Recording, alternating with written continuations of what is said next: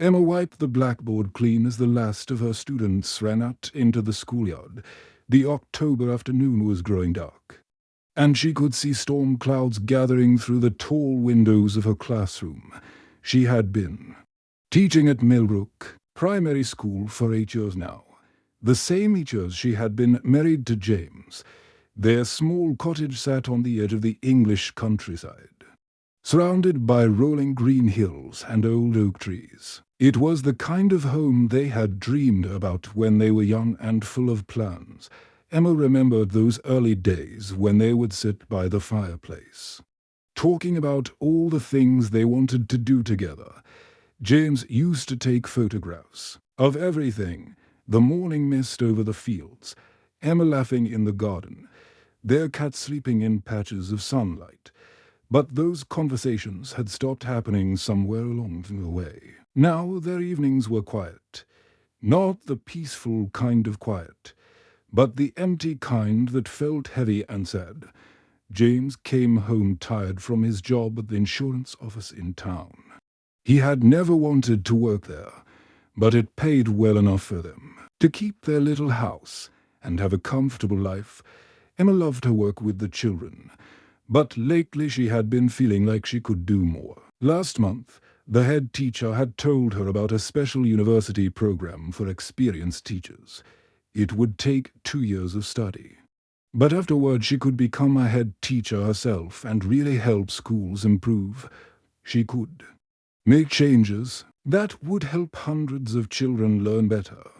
The problem was that the university was 3 hours away.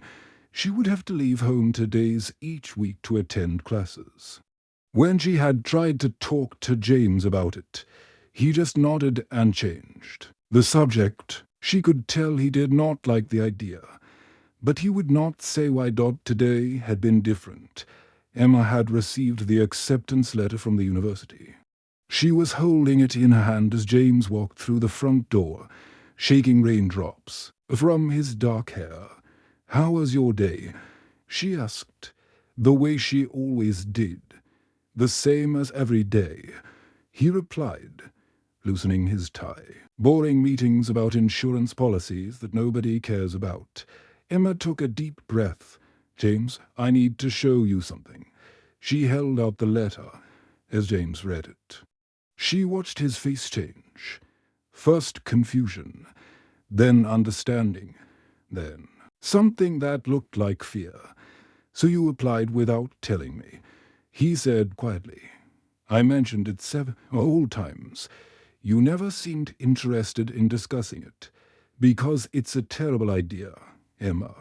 You would be away from home half the week. What about us? What about the life we have here?" Emma felt something break inside her chest. "What life?"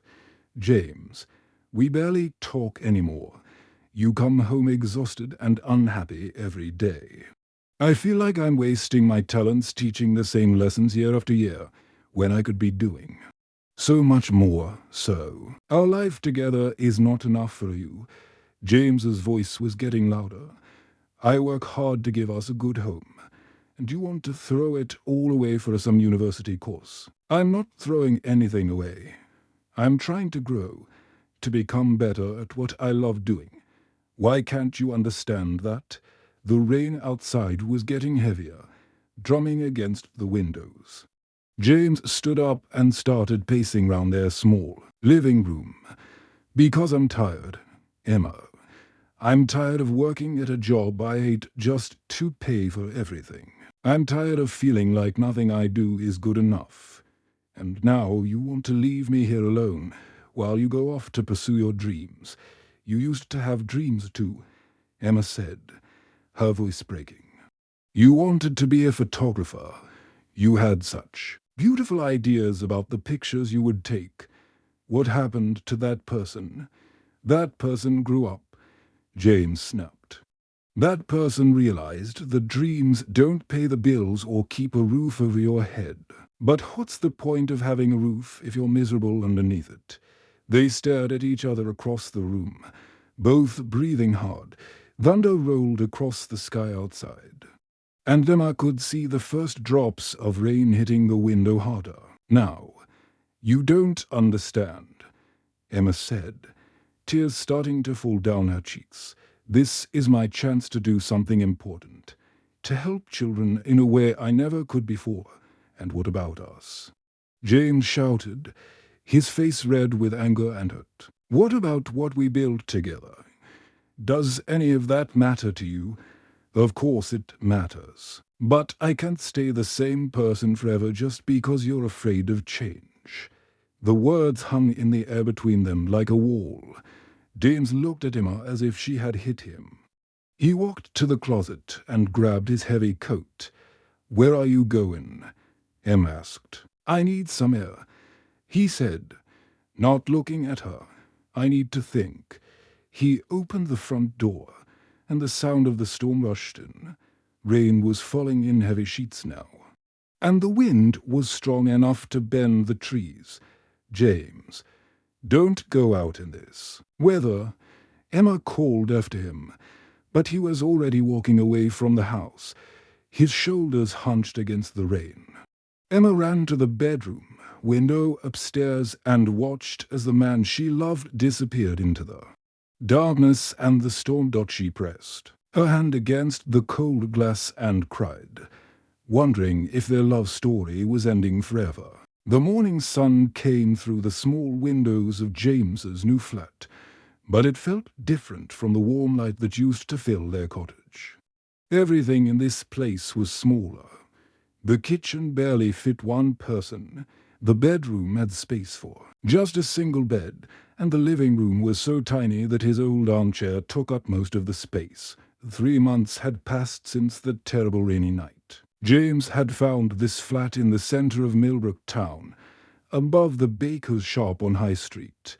Mrs. Peterson, the baker, was a kind woman who did not ask too many questions when he came to look at the flat with red eyes and a heavy heart. She just handed him the keys and said, "Sometimes we all need a fresh start.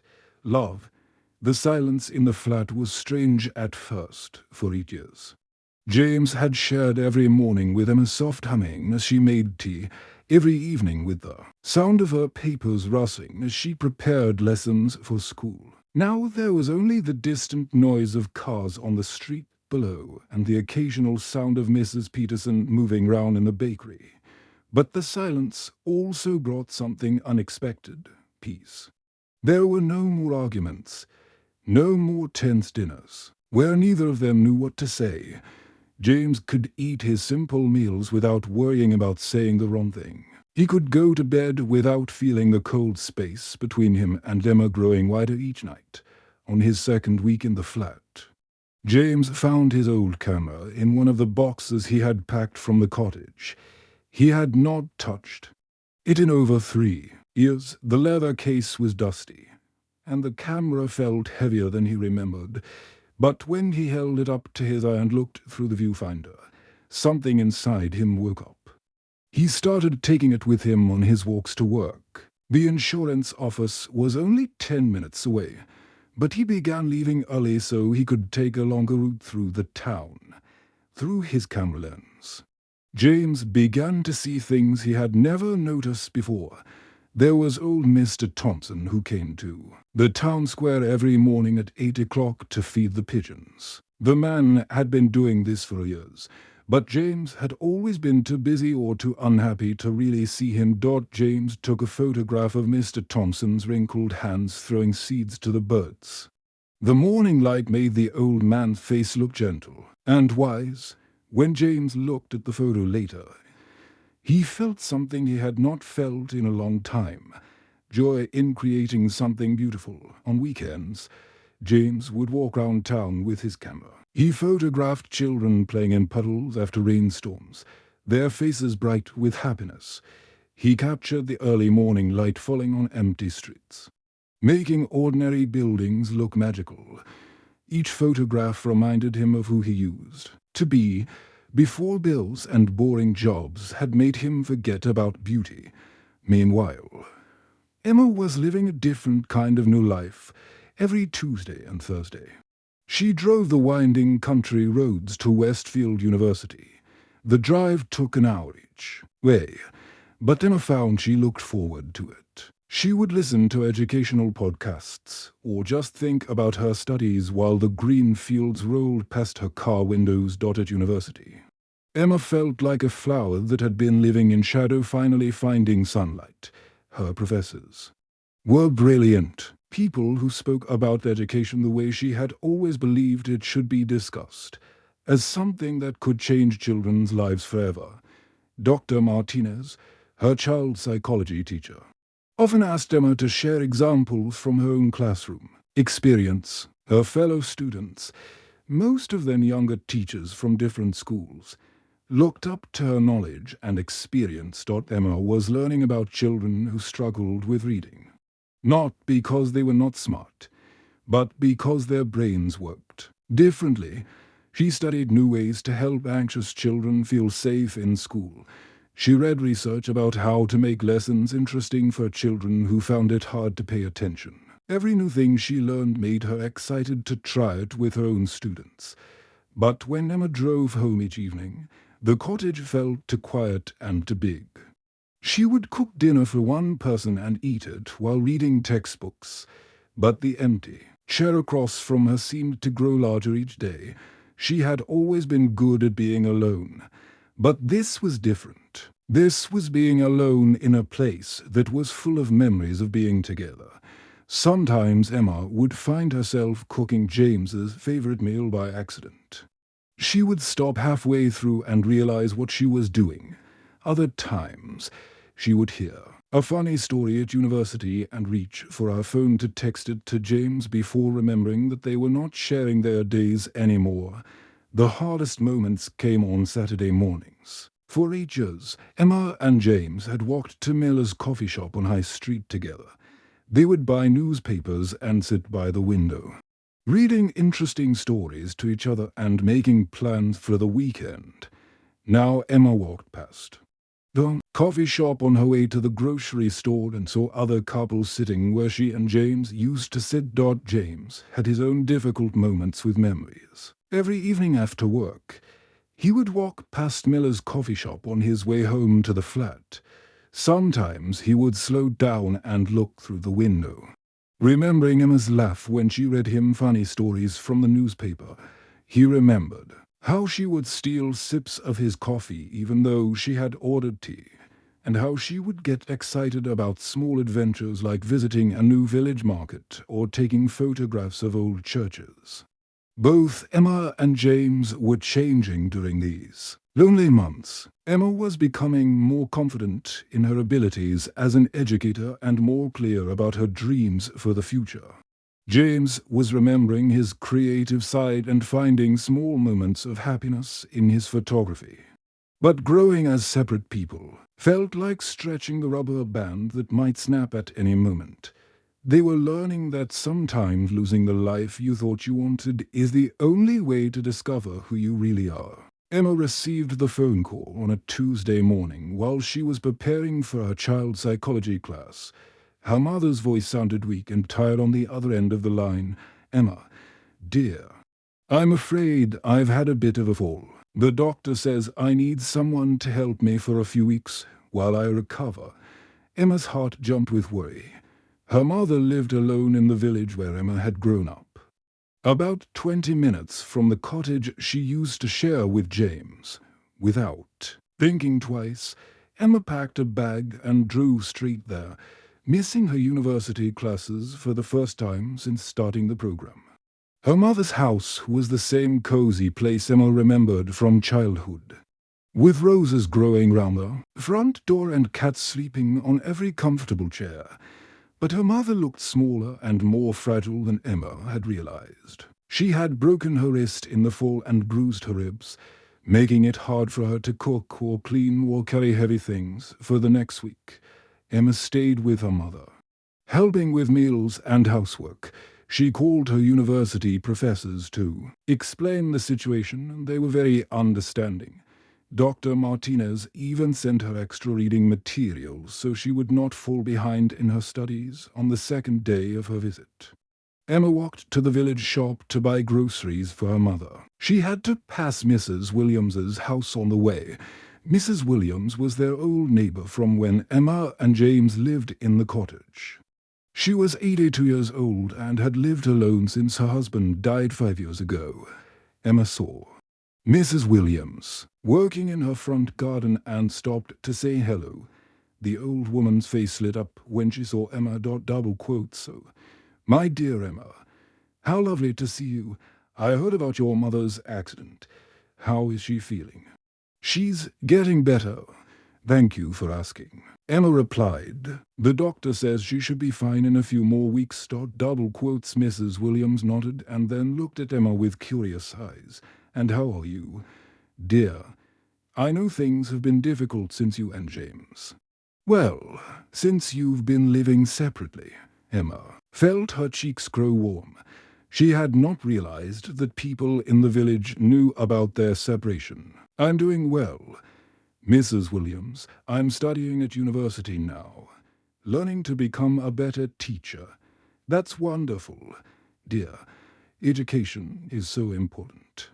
Mrs. Williams paused and then smiled in a way that made her eyes twinkle. "You know, your James has been such a help to me these past few months."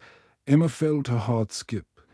"James has been helping you?" "Oh yes, every week. He brings my shopping from the village, and last month he fixed my garden fence when the winter storms damaged it, during that terrible storm we had in March. He even came to check that my roof was not leaking and that I had enough food in the house." Emma stared at Mrs. Williams in surprise. James had always been kind to their neighbors, but she had not known he was still doing this even after they separated. "He's a good man, your James," Mrs. Williams continued with a knowing smile. "Some people show love through big words and grand gestures, but others show it through quiet actions. Your James is the second kind."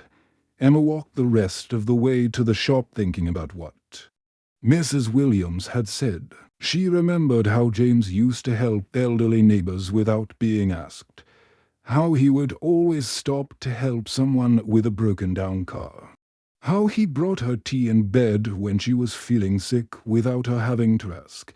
These were the things that had made her fall in love with him 8 years ago, but somewhere along the way, she had stopped noticing them, while Emma was caring for her mother and thinking about the past.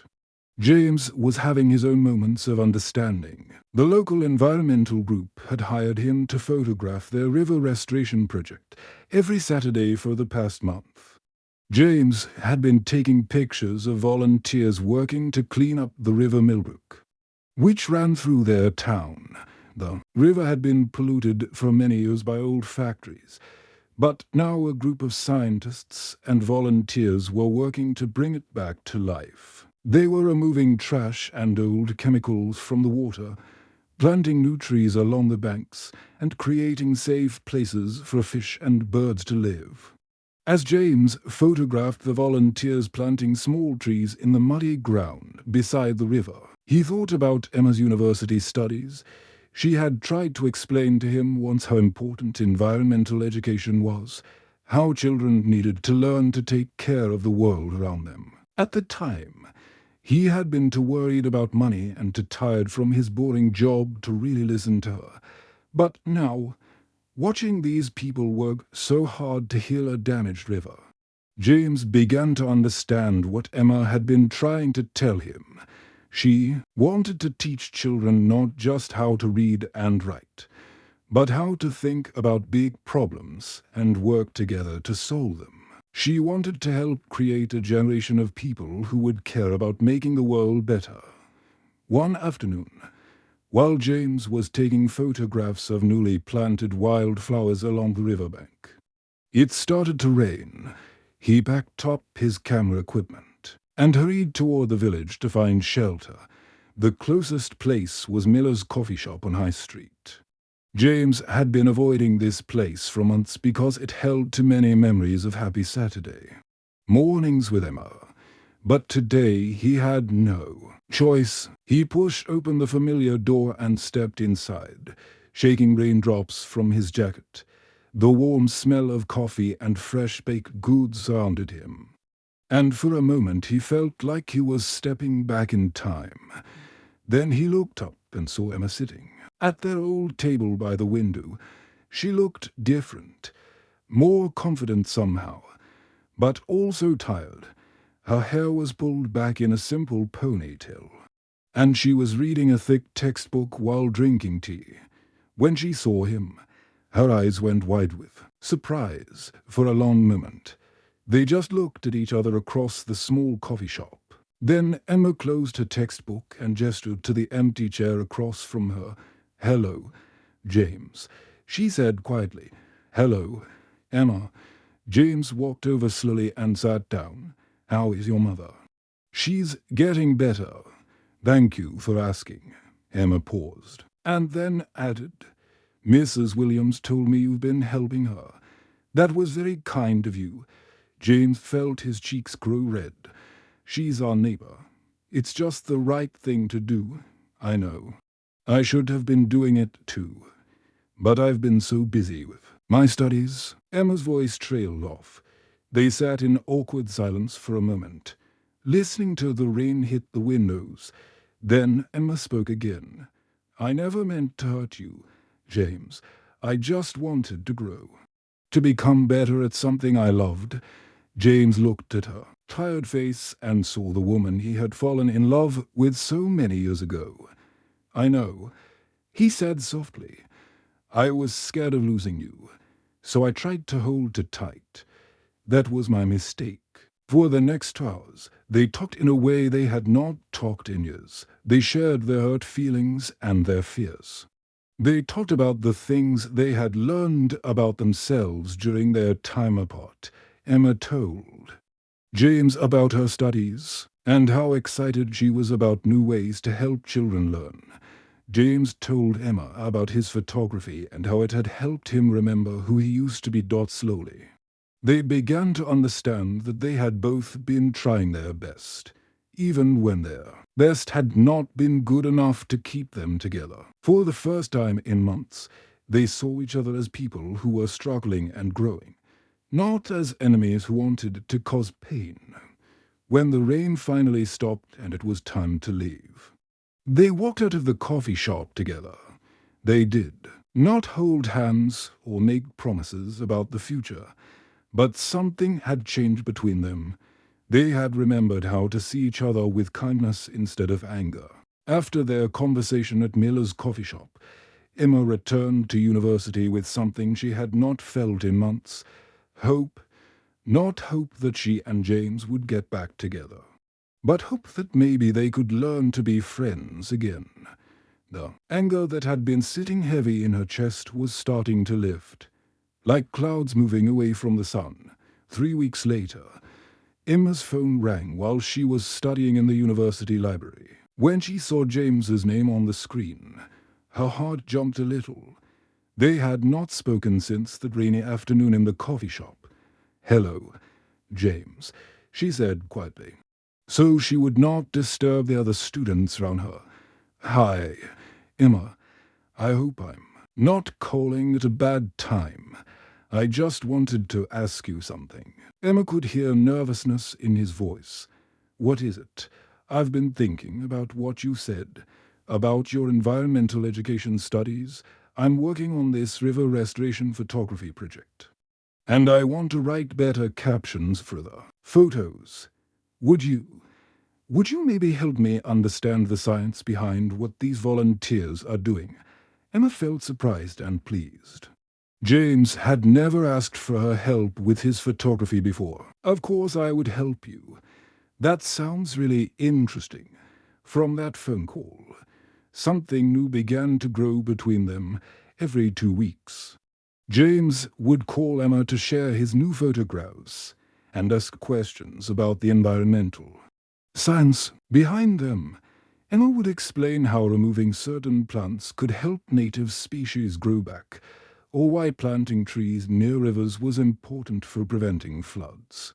Emma found herself looking forward to these conversations. James asked smart questions and really listened to her answers. She could hear the excitement in his voice when he talked about capturing the perfect photograph of volunteers planting wildflowers or Ray. Moving trash from the riverbank.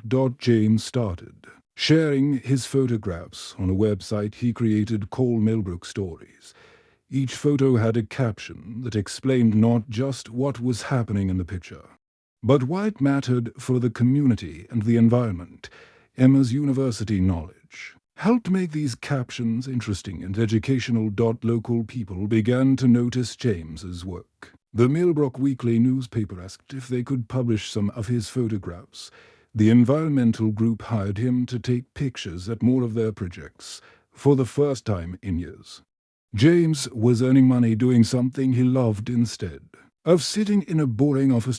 Emma was also growing in confidence at university. Her professors often praised her assignments, and she had been chosen to give a presentation about rural education challenges to a conference of teachers and school administrators.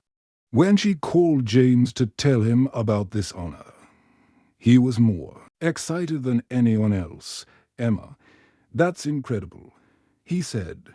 "You're going to change how people think about education." "I hope so," Emma replied. "I just want to help more children have better chances to learn and grow." "You will. I know you will." These phone calls were healing something broken between them. They were learning to celebrate each other's successes without feeling threatened or left behind. They were also learning to share their worries and fears without blaming each other. When Emma came home for her winter break in December, she was surprised to find colorful posters round Millbrook Village advertising a photography exhibition at the Community Y Center. The posters showed one of James's photographs of children planting flowers by the river, and the words "Unsung Heroes," a photography exhibition by James Mitchell. Emma had not known James was planning this exhibition. She felt curious and also a little nervous about seeing his work displayed publicly. On the evening of the exhibition opening, she walked to the community center, not sure what to expect. The community hall was full of people from the village. Emma recognized neighbors, teachers from her old school, members of the environmental group, and many other faces from around town. The walls were covered with James's photographs, each one beautifully framed and accompanied by detailed captions. Emma walked slowly around the room, looking at each photograph. There was Mrs. Williams working in her garden, her face peaceful and content. There were the river restoration volunteers, their hands muddy, but their smiles bright with satisfaction. There was Mr. Thompson feeding pigeons in the town square, looking dignified and kind.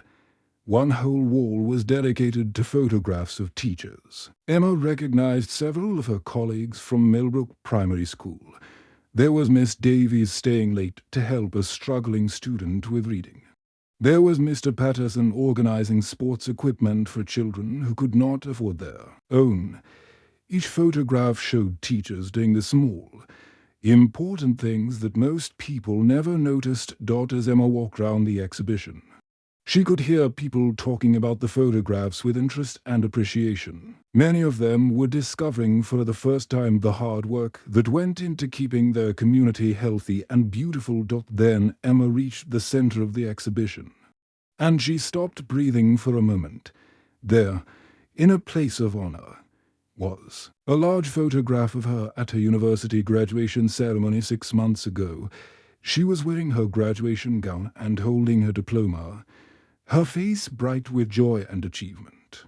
The caption underneath made Emma's eyes fill with tears. "The bravest person I know, who taught me that love sometimes means supporting someone's dreams, even when it's difficult." Emma stood in front of that photograph for a long time, not caring that people were walking round her.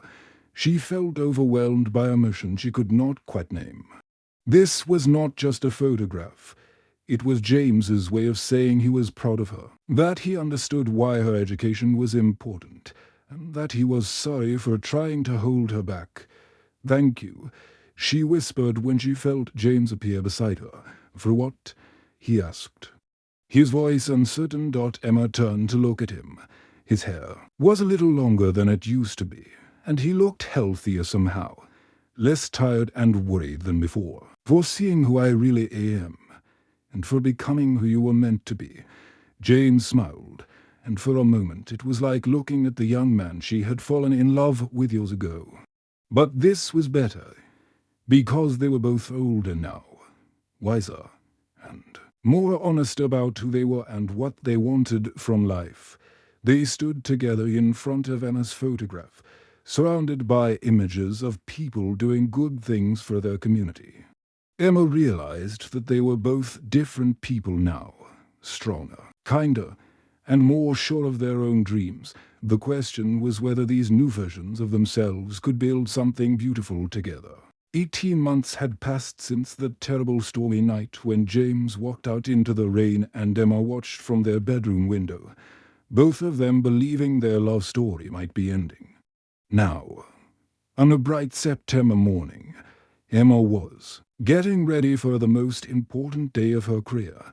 She stood in front of the mirror in her small flat near the university, adjusting the collar of her best dress. Today was her first day as assistant head teacher at Millbrook Primary School, the same school where she had been teaching for 8 years. But everything was different now. She had completed her university studies with the highest grades in her class, and she was full of new ideas about how to help children learn better. Emma felt nervous and excited at the same time. She had dreamed of this opportunity for so long. And now it was finally happening. As she drove through the familiar countryside toward Millbrook, she thought about all the changes she wanted to make at the school. She wanted to create special programs for children who struggled with reading, start a garden where students could learn about nature, and help teachers use new methods that would make learning more fun and effective. When Emma parked a car near the school, she noticed that she had arrived earlier than she needed to. Her new position did not start until 9 o'clock, and it was only 8:30. She decided to walk through the village to calm her nerves before beginning this important new chapter of her life, without really thinking about where she was going. Emma found herself walking toward High Street. The morning was crisp and clear, with golden sunlight making the old buildings look warm and welcoming. As she approached Miller's coffee shop, she saw a familiar figure sitting at a table by the window. James was there, just as he used to be on Saturday mornings when they were married. But this was a Tuesday, and he was alone. On the table in front of him were 2 cups of tea and a small bouquet of flowers from Mrs. Peterson's garden shop. When James saw Emma through the window, he stood up and waved nervously. Emma felt her heart skip, but not with the old anger or sadness. Instead, she felt something warm and hopeful. She pushed open the door of the coffee shop, and James walked toward her with a shy smile. "Congratulations, Emma," he said, holding up the flowers. "I wanted to celebrate your first day properly, and to ask if you might have time for a conversation." Emma accepted the flowers, breathing in their sweet smell. "Thank you, James. These are beautiful. But how did you know today was my first day?" James looked a little embarrassed. "Mrs. Williams mentioned it. She's very proud of you. You know, the whole village is talking about how a local teacher became an assistant head teacher." They sat down at their old table by the window. Emma sipped her tea and realized that James remembered exactly how she liked it. Not too strong, with just a little bit of honey. "I have something to tell you," James said, his hands wrapped round his own cup for warmth. "I've left my job at the insurance office." Emma looked at him with surprise. "Really? What are you doing now?" "I'm working as a freelance photographer. Remember that river restoration project I was documenting? Well, other environmental groups started hiring me to photograph their work too. And then some schools asked me to take pictures of their special programs. Now I make enough money doing what I love that I don't need that boring office job anymore." Emma felt genuinely happy for James. She could see the difference in him. He looked more relaxed, more like the creative person she had fallen in love with years ago. That's wonderful, James. I'm so proud of you. They talked for an hour. But this conversation was different from all their others. They were not trying to convince each other of anything or defend their past decisions. Instead, they shared their dreams for the future, their growth over the past 18 months, and the lessons they had learned about themselves. "I need to tell you something," James said, his voice serious.